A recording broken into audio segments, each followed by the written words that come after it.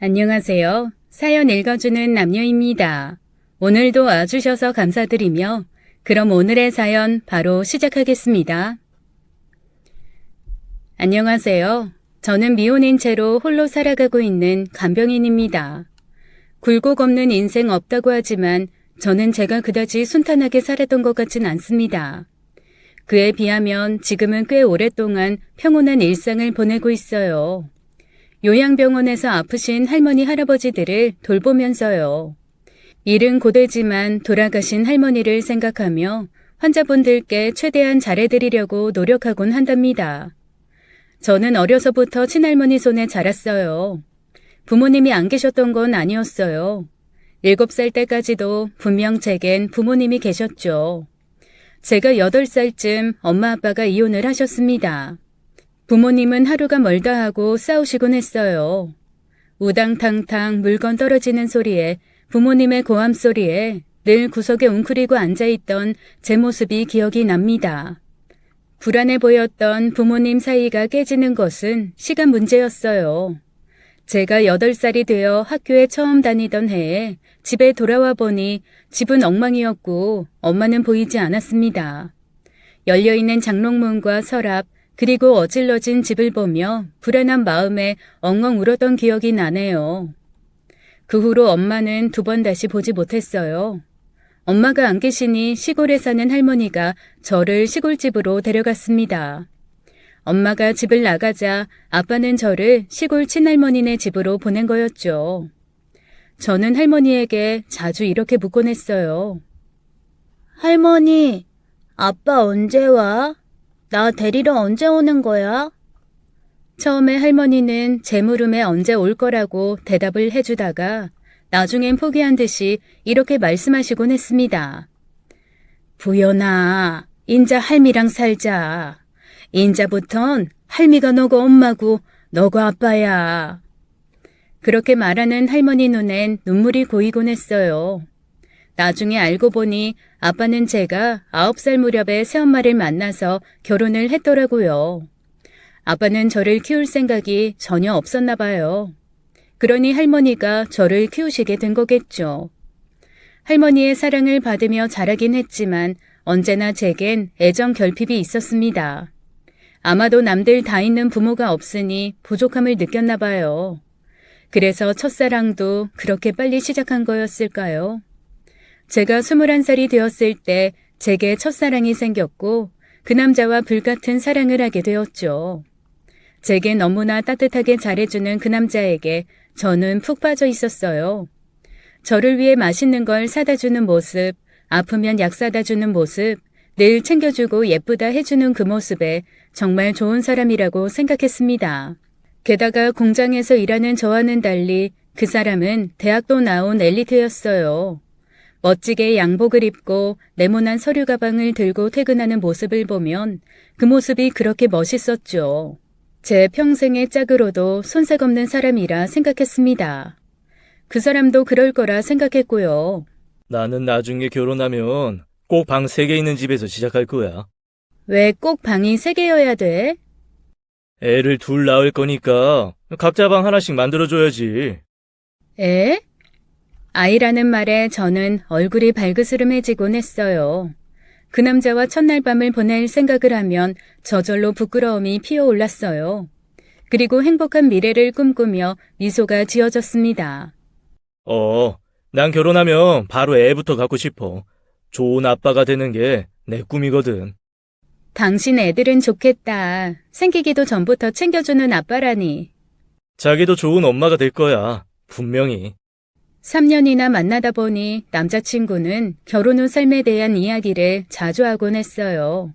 게다가 남자친구 나이가 28살이라 결혼 정년기이기도 했으니 그게 이상할 것도 없었고 자연스럽게 느껴졌죠. 그리고 그가 분명히 저와 결혼할 거라 저는 믿어 의심치 않았습니다. 그래서 그 남자와 만난 지 3년차가 되었을 때 제 몸을 허락했던 거였죠. 나 하루라도 빨리 자기랑 아기 갖고 싶다. 우리 아기 가지면 그냥 바로 결혼해버릴까? 정말? 그러고 싶어? 그러고 싶어. 그 말에 깜빡 속아 그의 자취방에서 선을 넘어버렸어요. 처음 해보는 경험에 멈출 수가 없었습니다. 사랑하는 사람이라고 생각했으니 더 그랬죠. 하지만 그 남자의 말이 모두 거짓이라는 걸 알기까지는 얼마 걸리지 않았어요. 그날의 일로 저는 임신을 하게 되었어요. 저는 약간 겁이 나긴 했지만 남자친구를 철석같이 믿고 있었기에 수줍은 듯이 이 기쁜 소식을 전했습니다.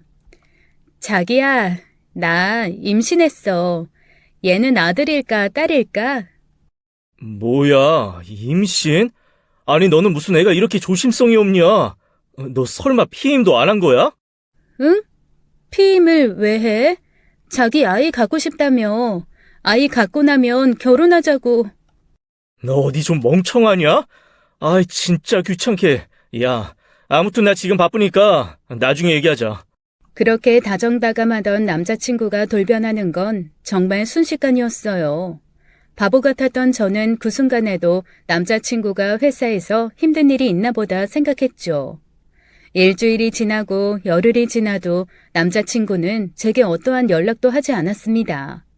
무슨 일이 있나 싶어서 자취방을 찾아가 보았지만 집에도 들어오지 않는지 그 사람을 만날 수가 없었죠. 하루는 주말에 자취방 앞에서 기웃거리는데 한 아줌마가 다가와 말을 걸더라고요. 아가씨, 여기 찾는 사람 있어요? 아, 네. 저기 2층에 사는 사람이요. 올 때마다 없길래요. 아, 거기 대기업 총각?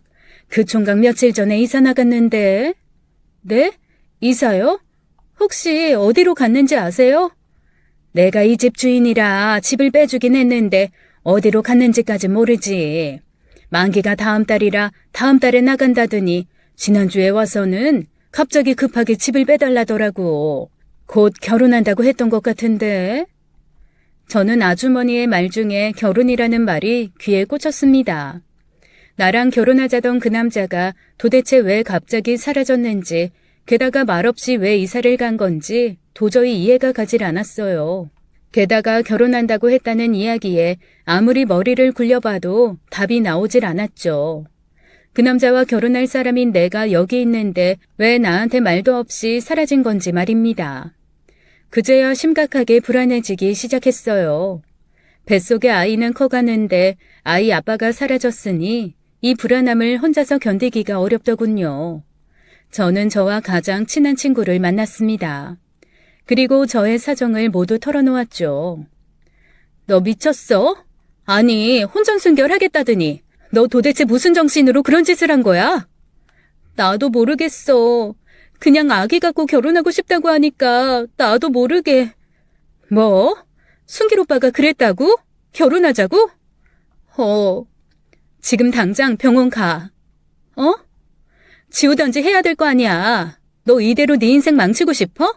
네 인생만 망치면 다행이지. 순길 오빠 인생은 어쩔 건데?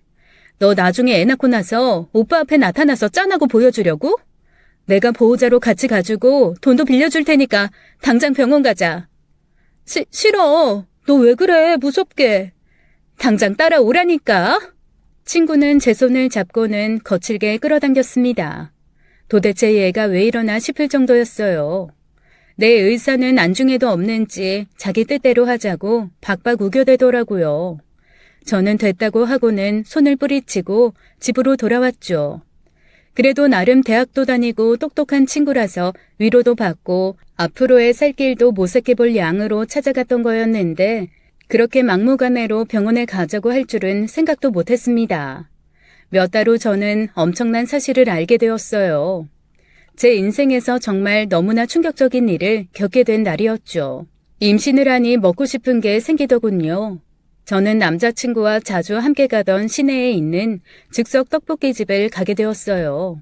그곳에서 혼자서 떡볶이 2인분을 시켜서 끓여 먹었습니다. 제 자신이 한없이 초라하고 처량하게 느껴졌어요. 그렇게 대충 배를 채우고 나서 길을 나오는데 익숙한 실루엣이 눈앞에 보이더군요. 4차선 너머로 걸어가고 있던 그 사람은 분명히 순길 오빠였어요. 도로 위를 차들이 쌩쌩 지나가서 모습이 보였다 사라졌다 했지만 분명했습니다. 그런데 순길 오빠는 혼자가 아니었습니다. 옆에 누군가와 꼭 붙어서는 서로 허리를 감싸 안고 걷고 있었어요. 저는 너무 놀라 그 자리에 얼어붙었죠. 그동안 오빠에게 다른 여자가 있을 거라고는 생각해 본 적도 없었습니다. 저는 당장에 그 여자 얼굴을 보려고 뛰어갔어요.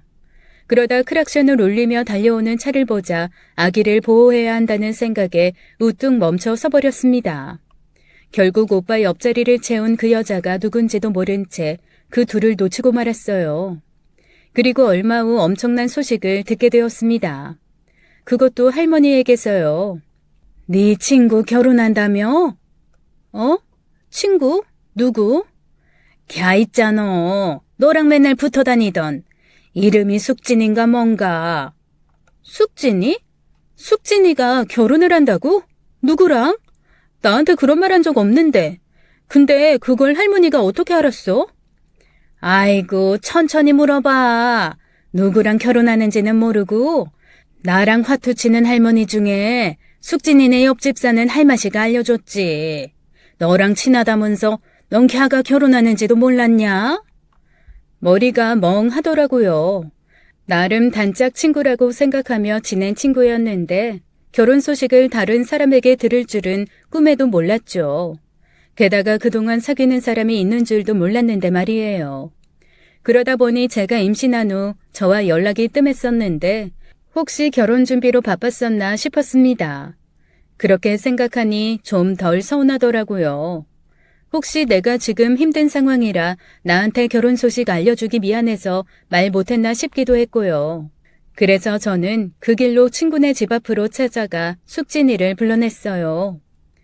너 결혼한다며? 어? 너가 그걸 어떻게 알았어? 우리 할머니한테 들었어. 너희 옆집 할머니랑 친해서 알았다더라. 야, 너는 결혼하면 한다고 얘기를 하지 왜 나한테만 말 안 했냐? 아니, 그게 말 안 해도 알아. 너가 나 생각해서 말 못한 거. 아무튼 결혼 축하한다. 근데 도대체 신랑은 누구야? 언제 나 모르게 그렇게 연애를 했니? 청첩장 나왔어? 언제야? 아, 아직. 결혼이 다음 주라면서 아직도 안 나왔다고? 그래? 그럼 시간이랑 장소만 알려줘. 그래도 네가 내 단짝인데 가서 자리는 빛내줘야지. 아, 아니야. 괜찮아. 지금 너 많이 힘들잖아. 안 그래? 나 바빠서 이만 들어가 볼게. 숙진이는 저를 그 자리에 세워놓고는 도망치는 사람처럼 제게서 멀어졌습니다. 그런데 그 순간 한 남자가 숙진이에게 달려가더니 번쩍 들어올려 몇 바퀴를 빙빙 돌리는 거였어요.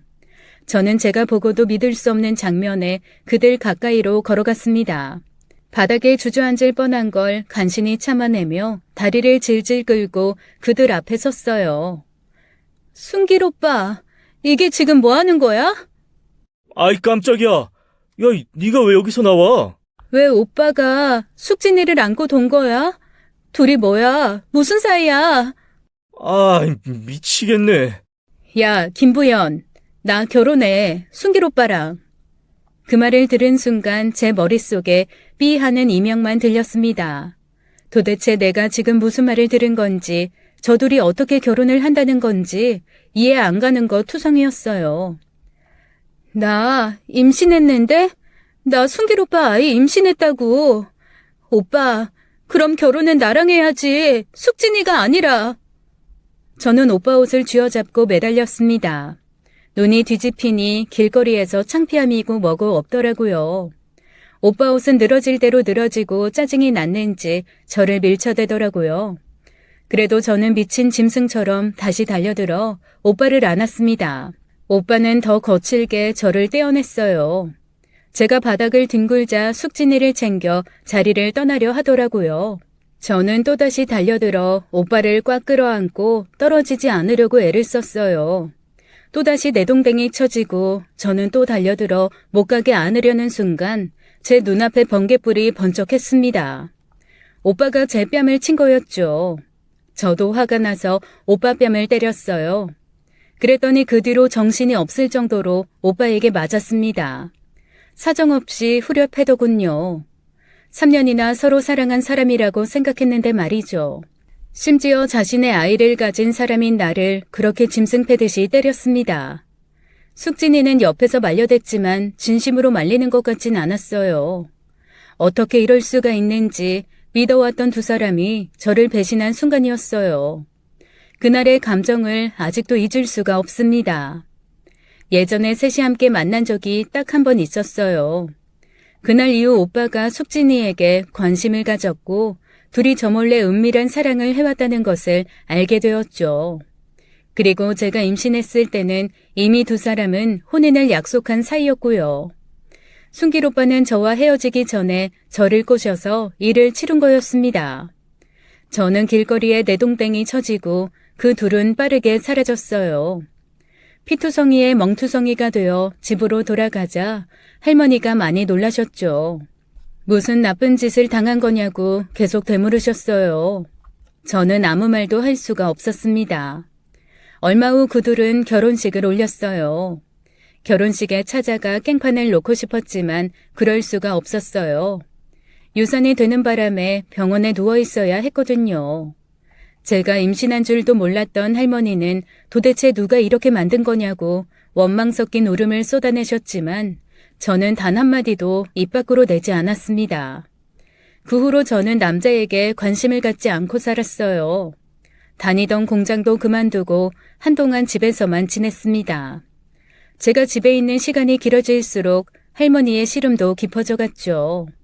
반년을 집에서 누워 지내던 중 할머니의 아팠던 무릎이 상태가 나빠졌어요. 할머니는 무릎 수술을 받게 되셨고 저는 할머니를 돌봐드리느라 자리에서 일어나게 되었죠. 집에 일하는 사람이 없으니 당장 다음날 끼니부터 걱정하게 되더라고요. 그러던 어느 날 할머니의 지인의 소개로 옷가게에 면접을 보러 가게 되었습니다. 다행히 옷가게 주인이 좋게 보아주어서 옷가게에서 일을 하게 되었어요. 그렇게 13년을 넘게 한 가게에서 일을 했습니다. 손님이 그다지 많지 않은 매장이라서 일하는 게 어렵진 않았죠. 그곳에서 일을 하면서 제게 다가오는 사람도 있었어요. 그런데 저는 모두 마다했습니다. 왜냐하면 제 마음속엔 이런 생각이 있었거든요. 순길 오빠보다 더 좋은 사람 아니면 만날 생각 없다는 생각이요. 그러다 보니 제 마음에 차는 사람이 없더라고요. 아니면 아주 멋진 사람이 다가올 만큼 제가 인기 있는 여자가 아니어서일 수도 있겠네요. 아무튼 30대가 훌쩍 넘어도 저는 혼자서 지냈습니다. 그러다가 저는 오랫동안 다닌 옷가게를 그만두게 되었어요. 왜냐하면 할머니가 많이 편찮으셨거든요. 저는 모아둔 돈을 쓰며 할머니를 병간호했어요. 70대 때만 해도 무릎 빼고는 아픈 적 없던 할머니가 80세가 되니 이제는 여기저기 안 아픈 곳이 없다고 했습니다. 게다가 치매기도 보이셨어요. 나중엔 안 되겠다 싶어서 요양병원에 모시고 갔습니다. 그리고 제가 간병인 자격으로 그 병원에 취직해서 들어가게 되었고요. 주변 환자분들은 제게 효녀라며 칭찬이 자자했죠. 하지만 그 칭찬에 할머니는 쓴 웃음을 지으시곤 했습니다. 그러면서 매번 입버릇처럼 말씀하셨어요. 우리 부연이가 결혼하는 건 보고 죽어야 하는데 내가 얼마나 버틸지 이젠 나도 자신 없네. 할머니는 제가 좋은 사람 만나서 행복한 가정을 꾸리길 바라시는데 제가 그 소원을 들어드리지 못하니 죄송할 따름이었죠. 그러던 중 병원에 한 환자가 들어왔어요. 교통사고 후유증 때문에 들어왔다는데 보통 요양병원에서는 보기 드문 환자였죠. 왜냐하면 요양병원은 주로 나이 드신 할머니, 할아버지 분들이 대부분이었거든요. 40대면 한참 젊은 축에 드는데 그런 사람이 병원에 온 거였어요. 그 사람은 유독 저에게 관심을 갖곤 했습니다. 휴게실에서 만나면 제게 음료수를 건네기도 하고 일부러 자잘한 부탁들을 하곤 했죠. 휴지가 없다는 둥, 칫솔 좀 사다 달라는 둥 자질구레한 잠심부름을 제게 시키곤 했어요. 그런 개인 심부름은 시키시면 안 된다고 얘기하면 갑자기 사고 후유증으로 머리가 아프다는 둥, 허리가 아프다는 둥 온갖 꾀병을 부렸습니다. 병원 사람들 누가 봐도 그 사람이 제게 관심이 있다고 생각할 정도였죠. 하루는 그 사람과 휴게실에서 대화를 나누게 된 적이 있었습니다. 잠깐의 대화로 알게 된 사실은 그 사람의 이름은 김진우고 공항에서 일하는 승무원이라는 거였어요. 그리고 이 병원에 온 이유는 여기 요양병원 이사장님과 친분이 있어서라고 하더군요. 그러면서 자신이 이사장님께 이야기해서 할머니를 더 신경 써드리라고 전해주겠다고 했습니다. 하지만 딱히 달라지는 건 없었죠. 가끔씩 그 사람과 이야기를 나누다 보니 저도 제 사정을 털어놓게 되었어요. 부모님 없이 할머니 손에 자랐는데 할머니가 아파서 제가 직장을 그만두고 간병인으로 이 병원에 오게 되었다고요. 부연 씨 정말 효녀네요. 대단하다 못해 존경스러워요. 뭘요? 무슨 존경식이나. 왜요? 요즘 세상에 자기 부모가 아파도 그렇게까지 하는 사람 없잖아요. 아무나 그런 결정 내리는 거 아니에요. 부연 씨가 심성이 참 착하신 것 같아요. 착하긴요. 그냥 할머니 옆에 있고 싶으니까 그런 거죠. 가족이라고는 할머니밖에 없기도 하고. 부연 씨, 제 이상형이세요. 네? 제가 나이 40이 넘어서까지 왜 결혼 못한 줄 아세요? 그동안 제 이상형을 만나지 못했거든요. 제 이상형은 정말 딱 하나예요. 마음씨 착한 사람이요. 부연 씨가 저한테는 그런 사람으로 보여요. 아니, 뭐 그렇게까지. 아무튼 좋게 봐주셔서 감사해요. 누군가의 이상형이라는 얘기 들으니까 뭐 기분은 좋네요. 진우 씨는 참 세심한 구석이 있었습니다. 눈치가 얼마나 빠른지 제가 필요한 걸 제가 찾기도 전에 미리 챙겨주곤 했어요. 자신의 몸이 성치 않으면서도 제가 힘들까봐 걱정해주는 착한 사람이기도 했죠. 진우 씨는 3개월간의 병원 생활을 마치고 퇴원을 앞두고 있었어요. 그 사람이 퇴원한다는데 제 마음이 이상하게 아쉽더라고요. 이대로 헤어지면 다시는 못 보겠구나라는 생각에 불안함마저 생겼습니다. 그래도 겉으로 티를 내진 않았어요. 진우 씨는 제게 전화번호를 남기고는 연락하라면서 퇴원을 했어요. 하지만 제가 먼저 연락하지는 않았습니다. 마치 제가 매달리는 꼴이 되는 것 같아서 싫었거든요. 예전 일을 겪으면서 2번 다시는 남자에게 매달리지 않겠다고 다짐했었으니까요. 그렇게 또 1달이라는 시간이 지나갔습니다. 할머니가 돌아가셨어요. 예상된 일이었지만 그래도 너무나 슬펐죠. 제게는 엄마나 다름없는 분이었으니까요. 그런데 그 슬픔을 함께 나눌 사람이 없었어요. 결국 제 머릿속엔 진우 씨가 떠올랐고 부고 소식을 알리고 말았죠. 진우 씨는 제 연락에 곧바로 달려왔어요. 그리고 상복을 입고 있는 저를 꼭 안아주었습니다. 그 사람 품에 안기는 순간 눈물과 울음이 터져나왔어요. 괜찮아요. 괜찮아. 할머니 분명 좋은 곳으로 가셨을 거야. 진우 씨는 할머니 장례식에 3일 내내 함께 있어 주었습니다. 그게 얼마나 큰 힘이 되었는지 몰라요. 진우 씨와는 그날 이후 특별한 사이가 되었어요. 진우 씨가 정식으로 만나자고 했을 땐 고민이 되긴 했습니다. 예전에 아픈 기억이 다시금 떠올랐어요. 하지만 할머니의 마지막 소원도 함께 떠올랐죠. 꼭 좋은 사람 만나서 행복한 가정 이뤄서 살라는 할머니의 말씀이 귓가를 맴돌았거든요. 제가 마음을 추스르는 동안 진우 씨는 할머니의 재산 정리 문제도 도와주었습니다. 진우 씨는 보험에 대해 꽤 잘 알고 있었어요.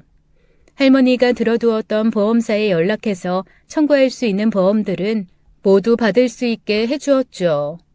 아마 진우 씨가 아니었으면 모르고 넘어갔을 법한 보험들도 꽤 있었어요. 덕분에 할머니가 남겨주신 돈을 제가 받을 수 있게 되었습니다. 할머니가 당신을 위해서 보험을 이것저것 잘 들어두셨더라고. 떠나실 거 알고 10년도 더 전부터 미리 준비하신 것 같더라. 당신은 비록 부모님이 자기를 키워주진 않았지만 부모 못지않게 좋은 할머니를 뒀네. 진우 씨 말대로였어요. 할머니가 남겨주신 보험금이 꽤 되었습니다. 사망보험금부터 연금보험까지 이것저것 들어두신 게 꽤 되었었어요. 제가 손에 쥔 현금만도 2억이 넘는 돈이었죠. 우리는 어느덧 결혼까지 약속한 사이가 되었습니다. 진우 씨는 외동 아들이라고 했어요. 아버지는 일찍 돌아가시고 어머니가 혼자 계신데 부모님 두 분 다 고아 출신이셔서 결혼식에 참석할 사람이 별로 없다고 했죠. 저도 마찬가지였어요. 십수년간 연락을 끊고 살아온 아버지께 이제 와서 결혼 때문에 연락하는 게 꺼려졌죠. 우리 두 사람은 상견례를 생략하고 결혼식도 조촐히 올리기로 했습니다. 대신 결혼 전에 시어머니는 한번 뵈었어요. 처음 뵌 어머님은 자신감 넘치고 밝은 성격의 진우 씨와는 매우 대비되어 보였습니다. 어디 아프신가 싶을 만큼 무기력해 보이고 성격도 조금 어두워 보이신다고 해야 할까요? 그리고 저를 처음 만난 어머님의 말씀을 듣고 있자니 좀 이상하기까지 했죠. 나는 그저 두 사람만 잘 살면 더 바랄 게 없어요. 그리고 내가 시어머니라고 해서 일부러 챙기려고 할 필요도 없고 효도한다고 연락할 필요도 없고요. 명절에도 굳이 올 것 없어요. 그냥 둘이서 여행이라도 다녀오고 그래요. 그래도 어떻게 그래요. 이제 제 시어머니신데요. 당연히 챙기고 연락도 자주 드려야죠. 안 그래요, 진우 씨? 저는 그렇게 말을 하고 진우 씨를 쳐다보았습니다. 진우 씨는 아무 말 없이 무표정한 얼굴로 시어머니를 바라보고 있을 뿐이었어요. 그러자 시어머니는 어쩔 줄 몰라 하면서 다시 제게 말을 붙이셨습니다. 아유, 내가 원래부터 아들이랑 그리 살갑게 지내지 않아서 결혼한다고 해서 갑자기 자주 연락하고 지내는 게 불편해서 그래요. 그러니 이상하게 생각하지 말아요. 진우 씨는 그 말에 그저 고개를 끄덕일 뿐이었죠. 시어머니는 어딘지 모르게 저와 거리를 두려는 듯 보였습니다. 제가 마음에 안 들어서라기보다는 아들과 가까이 지내는 게 불편한 사람처럼요. 진우 씨에게 어머니와의 사이에 대해 물어봤지만 서로 살가운 편은 아니라고 하더라고요. 아마 나랑 결혼해도 시집살이나 그런 건 전혀 없을 거야. 지금까지 살면서 나도 어머니랑 자주 연락하거나 그러지 않아서 아까 하신 말씀 그대로 하면 돼. 무언가 좀 꺼림칙했지만 반면에 시집살이는 없겠구나 싶어서 좋기도 했습니다. 드디어 결혼식 날이 되었어요. 그런데 결혼식 당일에 저는 놀랄만한 소식을 듣게 되었습니다. 시어머니께서 참석하지 못한다는 거였죠. 남편은 시어머니로부터 갑자기 몸이 아파서 참석 못할 것 같다고 연락을 받았다고 했어요. 결혼식 당일날 연락이 온 거여서 어쩔 수 없이 결혼식은 그대로 진행되었어요. 시어머니께 무슨 일이 생긴 건 아닌지 걱정이 됐지만 남편은 크게 걱정할 것 없다며 태연하게 말했습니다. 그 모습이 좀 의아했지만 더 이상 캐묻지도 못했어요. 우리는 아주 작은 홀에서 조촐하게 결혼식을 올렸습니다. 비어있는 혼주석을 보니 마음이 편하지 않더군요. 결혼식 틈틈이 시어머니께 연락을 해보았지만 전화를 받지 않으시더라고요. 그러다가 뒤늦게 시어머니에게서 문자가 한 통 왔습니다. 참석 못해서 미안하다며 걱정하지 말고 신혼여행 다녀오라고요. 그래서 그 문자를 보자마자 다시 전화를 해보았는데 전화기가 꺼져 있더군요. 진우 씨, 어머님이 문자 오셨어. 그런데 목소리 들으려고 전화드리니까 전화기를 꺼놓으셨네. 그래? 아이, 문자 왔으면 됐지. 우리 결혼식인데 너무 나보다 우리 어머니한테 신경 쓰이는 거 아니야? 아니, 나 좀 서운하려고 하네. 뭐? 아니, 어머님이 편찮으시다니까 걱정하는 게 당연한 거지. 그래도 난 당신이 나만 신경 썼으면 좋겠어. 그나저나 우리 신혼여행 기대된다. 빨리 내려가자. 웨딩카 기다리고 있어. 저는 웨딩카에 올라타 10여 분을 달린 후에 진우 씨에게 물었습니다. 그런데 어머님, 어디가 안 좋으신 거야? 아, 그냥 여기저기. 아이 참, 당신 나한테 집중하라니까. 이제 걱정은 그만해. 나 이제 정말 화날 것 같으니까. 뭘 그렇게까지. 화낼 것도 참 많다. 내가 이상하다는 거야? 솔직히 우리가 걱정한다고 엄마가 낳는 것도 아닌데 안 그래? 그나저나 빨리 제주도에 가 있고 싶다. 자기 수영복은 챙겨왔어? 제가 계속 걱정 어린 표정으로 심각하게 있으니 남편이 좀 불편해 하더라고요. 그리고 남편 말대로 걱정만 한다고 달라지는 건 없는 것도 사실인데 내가 너무 분위기를 망치고 있나 싶었습니다. 남편 말도 일리 있다 생각하고 저는 그만 걱정하기로 했어요. 신혼여행지에 가면서 마음으로만 걱정하는 게 무슨 소용인가 싶기도 했고요. 저는 제 신혼여행에 집중하기로 했습니다. 하지만 이때만 해도 아무것도 몰랐어요. 그 문자가 시어머니가 보낸 문자가 아니라는 걸요. 그리고 그걸 알았을 땐 어떤 것도 돌이킬 수 없는 상황이었습니다. 우리는 제주도를 신혼여행지로 정했습니다. 신혼여행지를 정하면서 의견이 많이 갈렸었어요. 저는 해외로 가고 싶은데 진우 씨는 제주도로 가고 싶다고 하더라고요. 자기는 승무원이라 해외에 많이 가봐서 그런가 본데 나는 아직 해외여행 가본 적 한 번도 없단 말이야. 아, 물론 제주도도 못 가봤지만. 그러니까 더더욱 제주도부터 가봐야지. 우리나라가 얼마나 아름다운데, 안 그래?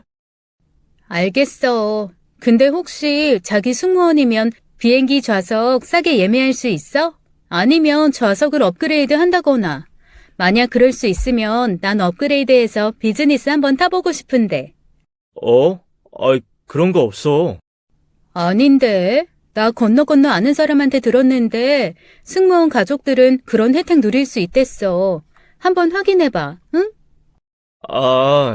그럴게.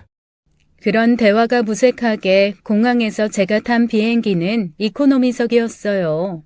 다닥다닥 붙은 의자에 앉아 제주도로 향했죠. 남편은 그것에 대해 별말이 없었습니다. 저도 괜히 신혼여행길에 남편 기분을 상하게 하고 싶지 않아서 더 이상 좌석에 대한 말을 꺼내지 않았죠. 제주도 공항에서 택시를 타고 남편이 행선지를 말했습니다. 사실 저는 이때까지도 제가 어디로 가는지 알지 못했어요. 남편이 자신이 서프라이즈로 모두 준비하겠다고 했으니까요. 제주도 하면 고급스러운 리조트와 호텔들이 많이 있는데 그 중에 하나일 거라고 생각했습니다. 그런데 택시는 바닷가 근처의 한 펜션 앞에서 멈춰섰어요. 그곳은 지은 지 20년도 넘어 보이는 낡은 펜션이었습니다. 신혼여행 치고는 너무나 저렴한 펜션이라서 사실 기분은 좀 별로였어요. 제가 펜션에 들어가지 않고 한동안 멍하니 그 앞에 서서 가만히 있으니 진우 씨가 제 손을 잡고 말했죠. 당신 혹시 실망한 거야? 여기가 이래 보여도 바닷가도 가깝고 배낚시도 가기 좋고 나름 운치 있다고 생각했는데 난 비싸고 돈 많이 들여야 그게 행복한 건 아니라고 생각했거든. 혹시 마음에 안 들면 지금이라도 얘기해줘. 지금이라도 신라호텔 가면 되니까. 그 말에 순간 그러자고 할까 했지만 그럼 정말 분위기가 이상해질 것 같아서 괜찮다고 했습니다. 펜션에 짐을 풀고 나서 베란다에서 바닷가를 바라보는데 뭐 이것도 나쁘진 않네라는 생각이 들었어요. 진우 씨 말대로 이것도 나름 낭만적이었습니다. 남편과 함께 바비큐를 해먹고 술도 한잔 하다 보니 너무 행복했어요. 내가 정말 결혼했구나라는 생각이 들면서 과거의 일이 머리를 스쳐 지나갔습니다. 가슴 한구석에 찌릿한 느낌이 들었어요. 예전에 비하면 지금은 너무나 행복한 순간을 보내고 있구나 싶었습니다. 저를 아껴주는 남편을 보면 나 정말 결혼 잘했구나 생각했고요. 다음날 이곳저곳을 돌아다니며 제주도를 실컷 즐겼어요. 점심을 먹고 나서 숙소에 쉬러 들어왔어요. 남편은 낮잠이 들었고 저는 잠시 혼자서 산책을 나왔죠. 바닷가 길을 거닐다가 동네에 있는 아주 작은 슈퍼에도 들려 음료수도 사 마셨습니다. 길이 예쁘다 보니 무작정 발 닿는 대로 쭉 걸었어요. 그렇게 한 30분 정도 걷다 보니 숙소에서 꽤 멀어졌더라고요. 저는 다시 숙소 쪽으로 걸음을 돌렸습니다. 저는 기분 좋게 2차선 좁은 도로가 옆을 걷고 있었어요. 차들이 간간히 지나갔고 그것마저 한가롭고 여유롭게 느껴져서 좋았죠. 그렇게 계속 평온함이 이어질 줄 알았어요. 작은 봉고차가 제 옆에 멈춰서기 전까지는요. 강아지 풀을 뜯으려고 고개를 숙이는데 갑자기 차 한 대가 제 옆에 멈춰섰습니다. 뒤를 돌아보는 순간 제 얼굴에 보자기 같은 게 씌워졌고 저는 너무 놀라 심장이 덜컥 내려앉았어요. 아무것도 보이지 않는 불안감이 덮쳐왔고 보자기를 벗겨내려는 순간 제 몸이 번쩍 들어올려졌습니다. 차 주인인 듯한 괴한이 저를 거칠게 봉고차 안으로 밀어넣었어요. 제가 소리를 꽥꽥 질러대고 발을 구르자 차가운 쇠덩이 같은 게 제 목에 닿았습니다. 조용히 해. 이 얌전히만 있으면 아무 문제 없어. 아무것도 보이지 않는 상황에서 그 차가운 게 제 목에 닿는 순간 나 이대로 죽을 수도 있겠구나라는 생각이 번쩍 들었어요. 본능적으로 동작을 멈추고 소리를 내지 않았습니다. 난 당신한테 보여줄 게 있어. 꼭 봐야 해. 그 괴한의 어눌한 말투가 더 소름 끼치게 느껴졌어요. 저는 그 상황에 이상하게 차분해지더라고요. 호랑이 굴에 잡혀가도 정신만 차리면 산다는 말이 있잖아요. 저는 혼란스러운 머리를 진정하려 애썼습니다. 보여줄 게 뭔데요? 나 지금 보자기 때문에 아무것도 안 보이는데 이것 좀 벗겨주면 안 돼요? 그래야 뭐라도 보죠. 안 돼. 지금은 안 돼. 이따가 벗겨줄 거야. 차 주인은 제 손과 발을 무언가로 꽁꽁 묶고서는 친절하게 안전벨트까지 채워주었습니다. 저는 봉고차가 출발하자마자 마음속으로 숫자를 계속 셌어요. 얼마나 떨어진 곳으로 가는 건지 알아야 했으니까요. 제 느낌상으론 대략 10분에서 15분 떨어진 곳에서 차가 멈추었습니다. 생각보다 멀리 가지 않은 것 같아서 안심이 되더군요. 차 주인은 제 발에 묶인 밧줄 같은 걸 풀어내고 저를 어느 집으로 들여보내는 것 같았어요. 문소리가 2번 들렸거든요. 첫 번째 문소리는 삐걱대는 철문소리인 걸로 봐서는 대문인 것 같았고 2번째 들린 문소리는 현관문 소리 같았습니다. 남자는 저를 뒤에서 밀며 걸으라고 했는데 도무지 더 갔다가는 살아서 나올 것 같지가 않아서 발이 떨어지지 않았어요. 아저씨, 살려주세요. 네? 제발요. 갑자기 눈물이 터져나왔습니다. 10수년 전에 결혼할 줄 알았던 남자에게 개패듯이 맞았던 저였어요. 이제 드디어 짝을 만나 결혼까지 해서 행복을 즐길 차례라고 생각했는데 신혼여행지에서 내가 왜 이런 변을 당해야 하나 생각하니 너무 억울하고 분했습니다. 내 인생은 왜 이 모양인가 싶어서 눈물이 폭포수처럼 흐르더라고요. 무서운 반, 억울한 반이었어요. 제 울음소리가 점점 커지자 그 괴한이 저를 번쩍 들어올렸고 현관문 안으로 들여보냈습니다. 그리고 계단을 빠른 속도로 내려갔어요. 저는 무서워서 꽥꽥대며 소리를 질러댔습니다. 계단을 다 내려온 건지 그 사람이 저를 바닥에 툭 내려놓더군요. 그 순간 놀란 듯한 한 여자의 목소리가 들려왔어요. 너 지금 무슨 짓을 한 거야? 저 여자를 이렇게 데려오면 어떡해? 누나, 지금 그게 문제가 아니잖아. 저 여자 위험하잖아. 내가 못 살아 정말. 빨리 보자기부터 벗겨드려. 그 여자 말에 남자는 순종적이었어요. 제 얼굴에 보자기가 벗겨졌고 바닥에 떨군 보자기를 보니 농구공 보자기더군요. 저는 겁에 질려 잔뜩 움츠린 채 찬찬히 주위를 둘러보았어요. 쾌쾌하고 습한 냄새가 나는 지하실이었습니다. 그곳에는 그 괴한만 있는 게 아니었어요. 괴한이 누나라고 부르는 한 여자도 함께였죠. 그 여자의 생김새는 무언가 좀 이상해 보였습니다. 실내에서 모자도 쓰고 두꺼운 스카프도 두르고 있었어요. 그래서 그 여자의 한쪽 눈만 간신히 보였죠. 제가 그 여자를 찬찬히 훑어보자 그 여자는 얼른 자기 손을 또 다른 스카프로 감추더군요. 어딘가 평범해 보이지 않는 모습에 저는 더 겁을 먹었어요. 미안해요. 내 동생이 지적 장애가 있어서 무작정 그쪽을 끌고 왔네요. 이렇게 할 일이 아니었는데. 저 많이 놀라셨죠? 일단 제가 사과할게요. 그럼 저 보내주실 거예요? 그럼요. 그런데 그 전에 꼭 아셔야 할 게 있어요. 당장 이 결혼 물러. 살고 싶으면. 그게 무슨 말이에요? 내가 결혼한 건 또 어떻게 알았어요? 당신들 나 알아요? 건우야, 좀 진정해. 아직 아무 일도 안 일어났어. 괜찮으니까 그렇게 흥분하지 마.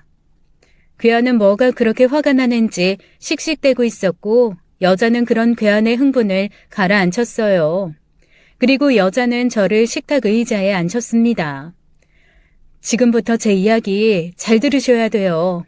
안 그럼 저처럼 평생 후회하며 살지도 몰라요. 후회라뇨? 도대체 무슨 얘기라는 거예요? 여자는 말없이 한참을 머뭇대더니 천천히 모자를 벗고 코끝까지 올려져 있던 스카프를 슬쩍 내렸습니다. 저는 그 여자의 흉측한 모습에 입을 다물 수가 없었어요. 이마와 눈꺼풀이 다 녹아서 아래로 흘러내린 형상이었습니다. 왼쪽 뺨도 다 우그러진 모습이었어요. 그리고 그녀의 손은 마치 주먹을 쥔 것처럼 붙어 있었어요. 그녀의 끔찍한 모습에 제 공포감은 더욱 커져만 갔죠. 그런데 그 여자가 다음 한 말을 듣고 저는 경악을 금치 못했습니다. 화상 자국이 좀 끔찍하죠? 이 화상 자국 때문에 지하실 있는 집만 골라서 살고 있어요. 햇빛을 받으면 너무 아프거든요. 그리고 너무 창피하기도 하고요. 누구한테 보여주는 것도 건우 말고는 처음이에요. 어쩌다가 그런 거예요? 이거 당신 남편이 이렇게 만든 거예요. 5년 전에. 그 사람 내 전 남편이었거든요. 당신은 나처럼 그 사람 겉모습에 속지 말고 도망치라고 이런 내 모습까지 보여주는 거예요. 그러니까 건우 말대로 그 사람한테서 당장 도망치세요. 그 사람이 그랬다고요? 도저히 믿기지가 않네요. 당신들 우리 진우 씨한테 원한 감정이라도 있는 거예요? 그래서 그러는 거예요? 도대체 무슨 일이 있었던 거죠? 여자는 깊은 한숨을 내쉬었고 건우라는 그 괴한은 머리를 좌우로 세게 흔들어댔습니다. 혹시 부모님 계세요? 아니요. 그럼 형제나 다른 가족은요? 없어요. 그럴 줄 알았어요. 그 사람 꼭 그런 여자들한테만 접근하니까. 무슨 일이 일어나도 아무도 도와줄 사람 없는 그런 사람 말이에요. 혹시 보험 들라는 말은 안 하던가요? 그걸 어떻게... 사실 신혼여행을 오기 전에 진우 씨가 보험을 강하게 권유했어요. 할머니 일을 겪으면서도 보험 이야기를 자주 했고요. 보험을 잘 들어놔야 나중에 힘든 일 있을 때 큰 힘이 된다며 제게 보험 설계사를 연결해주기까지 했죠. 그런데 다달이 내는 돈이 너무 커서 제가 망설이고 있던 차였어요. 보험료를 좀 조정해서 신혼여행 다녀와서 가입할 생각은 하고 있었죠. 그 보험 가입하는 순간 당신은 끝장이에요. 나도 그랬으니까. 여자의 긴 이야기가 시작되었어요. 여자의 이름은 이순영이었습니다. 순영 씨는 부모님이 일찍 돌아가시고 남동생과 단둘이 살아가고 있었다고 했어요. 어느 날 친근하게 다가오는 한 남자가 있었는데 하늘의 별도 따다줄 것처럼 잘해줬다더군요. 그 사람이 바로 그 여자의 전 남편이자 저와 결혼한 진우 씨였죠. 처음엔 그 사람이 이상하다는 생각을 못했대요. 하지만 함께 살다 보니 그 남자가 소시오패스 내지는 사이코패스라는 사실을 알았다고 했습니다. 동정심을 유발해서 순영 씨의 마음을 사로잡고 그 다음은 순영 씨를 조종해서 자기 소나기에 놀아나게 했다네요. 게다가 진우 씨는 소름 끼치게 자기 중심적이라고 했어요. 자신의 이익을 위해서라면 남이야 어떻게 되든지 말든지 신경도 안 쓰는 사람이라고요. 내 동생 원래부터 이런 애 아니었어요. 원래는 누구보다 똑똑하고 총명했어요. 그날 사고만 아니었으면. 하루는 진우 씨가 순영 씨에게 돈을 요구했고 매번 돈을 요구하는 진우 씨의 요구에 지친 순영 씨는 더 이상 돈을 주지 않았나 보더군요. 그 일로 둘이 싸우게 됐고 며칠 후에 사단이 났다고 했습니다. 매형인 진우 씨가 건우 씨를 집으로 오라고 부른 날이었대요. 건우 씨가 순영 씨 집 건물 앞에 다다른 순간 위에서 벽돌이 떨어졌고 그 벽돌의 머리를 정통으로 맞았다고 했습니다. 순영 씨는 진우 씨를 의심하고 경찰에 신고했지만 증거 불충분으로 무혐의로 풀려났다고 했어요. 건우 씨는 지적장애 3급 진단을 받았다고 했습니다. 보험금이 나오자 진우 씨는 무고한 자신을 고발했다며 합의금조로 그 돈을 가로채갔다고 했어요. 순영 씨는 남동생을 데리고 그 남자에게서 벗어나려고 했다네요. 하지만 자신이 도망가려고 한 날에 자동차 바퀴에 바람이 빠져 있었다고 했습니다. 크게 사고가 났고 병원 신세를 면치 못했다네요. 사고로 인해 나온 보험금은 또다시 진우 씨가 가로챘고요. 그런데 퇴원을 하고 왔더니 더 끔찍한 일이 기다렸다고 했어요. 하루는 남동생이 보는 앞에서 억지로 관계를 하려고 했대요. 그래서 거부했더니 화가 난 진우 씨가 끓고 있던 기름을 순영 씨의 얼굴에 부었다고 했습니다. 그래서 큰 화상을 입게 된 거였다고요. 그 일로 순영 씨는 다시 한번 그놈을 고소했고 남편은 상해죄로 집행유예를 받게 되었다고 했습니다. 집행유예를 받은 그 사람은 순영 씨와 건우 씨를 협박했대요. 집행유예 기간이 끝나면 가만 안 둔다고요. 그래서 남편을 피해 온 가족이 제주도로 도피성 이사를 오게 되었다고 했어요. 그곳에서 정착해서 장사를 하며 소소하게 살고 있었다고 했습니다. 그런데 며칠 전 제가 제주도로 왔을 때 우연히 길에서 남편과 걷고 있는 걸 보게 되었대요. 그래서 몰래 뒤를 쫓으며 미행했다고 했습니다. 우리가 신혼여행 중인 걸 알게 된 순영 씨는 저에게 위험을 알리고 싶었대요. 어떻게 알려야 하나 고민하던 차에 건우 씨가 무작정 저를 데려온 거였죠. 한참을 얘기하던 순영 씨가 제게 물었습니다. 혹시 그 사람 어머니 본 적 있으세요? 네. 아직 살아 계신 거죠? 사실 시어머니도 피해자예요. 모성애 때문에 그 끔찍한 짓을 참고 사는 사람이고요. 끔찍한 짓이라뇨? 저는 계속되는 이야기에 경악을 금치 못했습니다. 시어머니는 늘 자식에게 협박당하며 살았다고 했어요. 차마 자세한 얘기는 하기가 꺼려지네요. 폭행과 구타, 고문을 당했다고만 표현하겠습니다. 순간 결혼식장에 오지 못한 시어머니가 걱정이 되기 시작했습니다. 그리고 오늘 아침 숙소에서 남편 짐가방 안에 든 의문의 핸드폰이 떠올랐죠. 남편이 쓰는 핸드폰 말고도 못 보던 핸드폰이 하나 더 있었거든요. 저는 다급하게 이야기했어요. 건우 씨, 지금 당장 나 좀 공항에 데려다 줘요. 건우 씨는 알겠다며 고개를 세차게 끄덕였죠. 저를 이 지하실로 데려온 봉고차에 다시 올라탔습니다. 눈뜨고 타는 봉고차의 풍경은 아까와는 완전히 색달랐죠. 차에 앉는데 무언가 엉덩이에 깔린 것 같아 손을 넣어보니 쇠로 된 비지 하나 나오더군요. 순간 아까 전 내 목에 닿으며 공포에 떨게 했던 기억이 떠올랐어요. 그건 칼이 아니라 머리 빗는 빗이었죠. 실소가 터져나올 듯 했지만 상황은 긴박했고 저는 그 빗을 의자 뒷주머니에 곱게 꽂아놓았습니다. 저는 그들의 도움을 받아 바로 김포공항으로 날아갔고 곧장 시어머니 집으로 찾아갔습니다.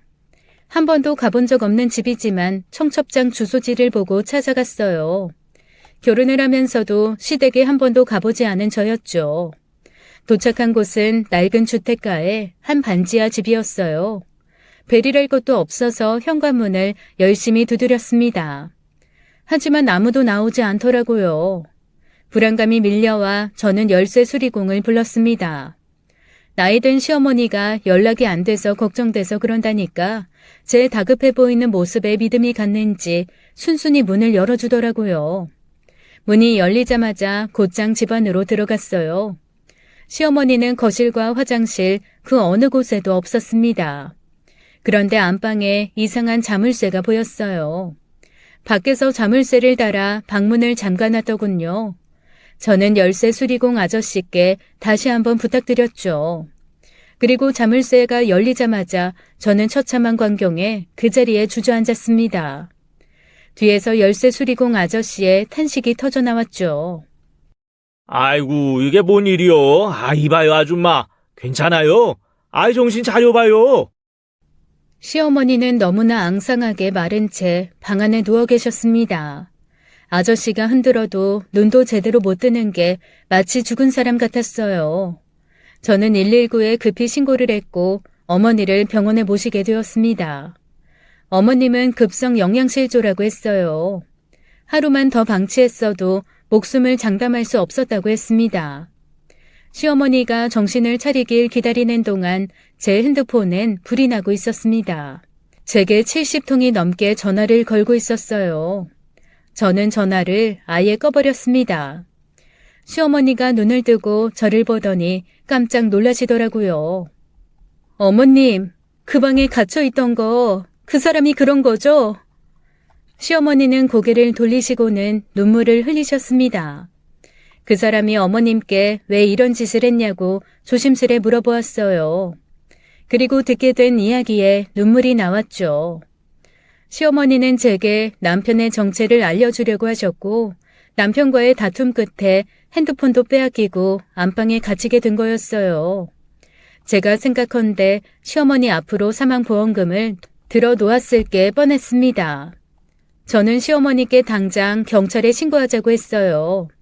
하지만 시어머니는 고개를 가로저으셨습니다. 저는 어머님을 설득했죠. 이대로 계속 가면 그 끝은 죽음일 뿐이라고요. 시어머니께서 신고 안 하면 제가 직접 하겠다고 했습니다.